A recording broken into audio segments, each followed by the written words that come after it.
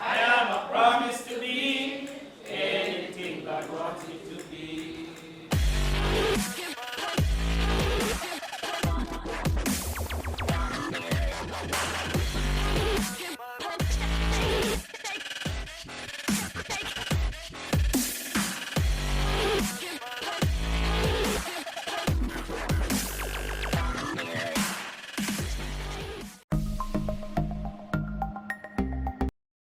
No, we have the oxygen, we have the thing with the burn, huh? And we have the heat, and we're keeping it blazing, Now think about it now. Fire is one of the most destructive elements on earth, otherwise from water, don't you? Yeah. So here what happened one time, where we don't want to happen now. Here what we don't want to happen. You see when them reach primary school, you make everybody else start blow breeze from your fire. You understand me?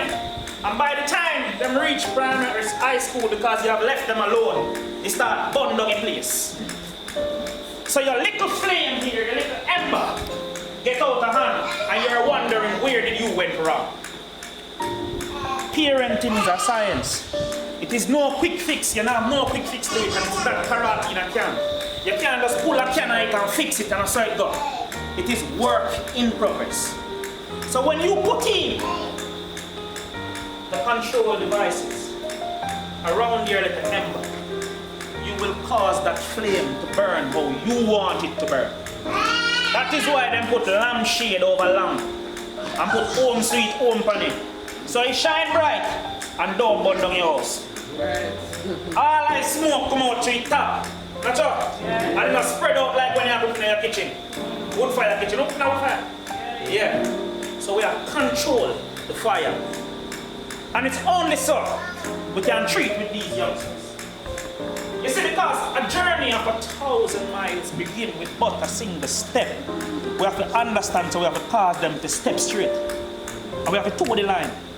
And we have to dead it, for any time them come off of the line, we have to put them back on the path. Because life full of curves, called speed bumps and disappointment. And we that as parents have to smooth out a little way to make them get back on it. There is a game, I think, where you slide stuff on the ground. And a man in front of it with a piece of paper clear the place, shine it, to see how far it can slide. Eh?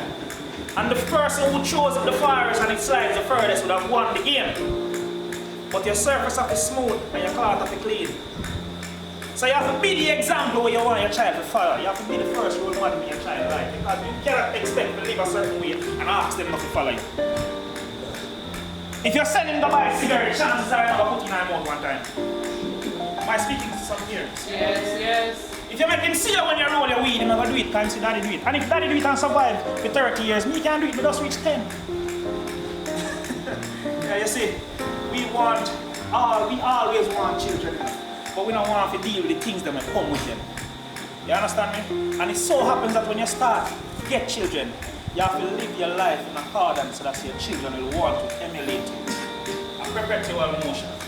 And if you set him rolling down the hill uncontrollably, it will tear down your house in our village. Just remember, we are talking about your little ember here.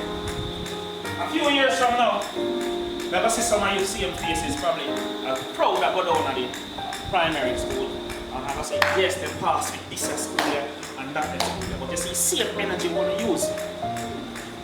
Then now, I have to continue. Parenting is continuous. It don't stop when you feel like they can fend for themselves. It is okay if you fast in life. And I want you to understand that. Children have a lot of friends already. What they need is parenting. There is no such thing as you being their friend when you are their parent. No, you are the parent.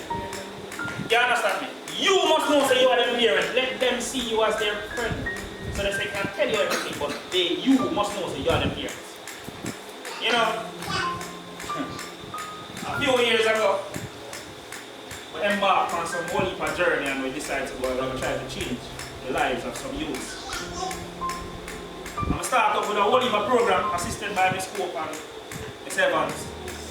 I'm trying to bring some youth where we can talk about. You understand?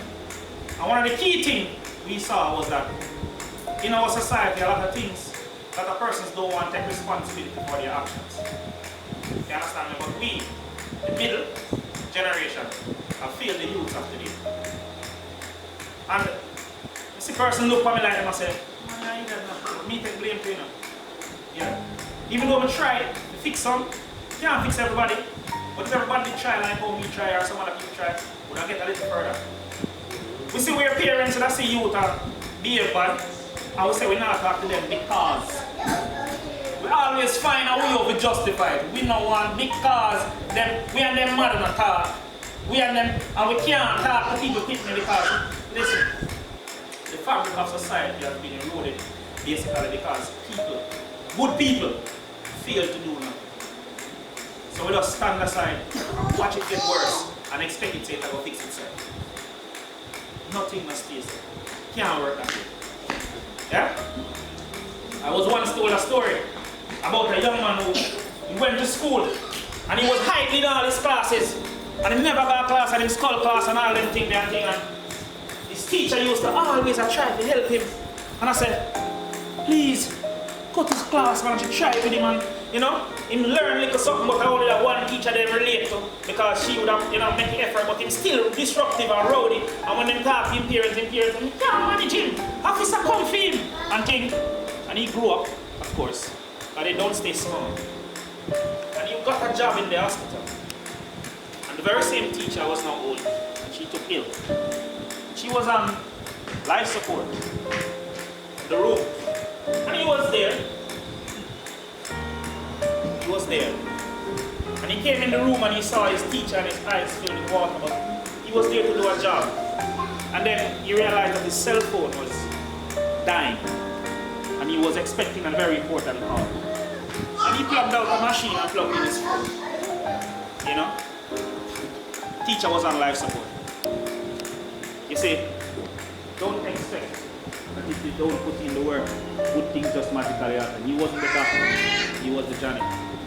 Not saying that something was wrong with the janitor, but he wasn't even in thought. He just plugged out something to charge his phone, and that was what was important to him still. So now every story have no good ending.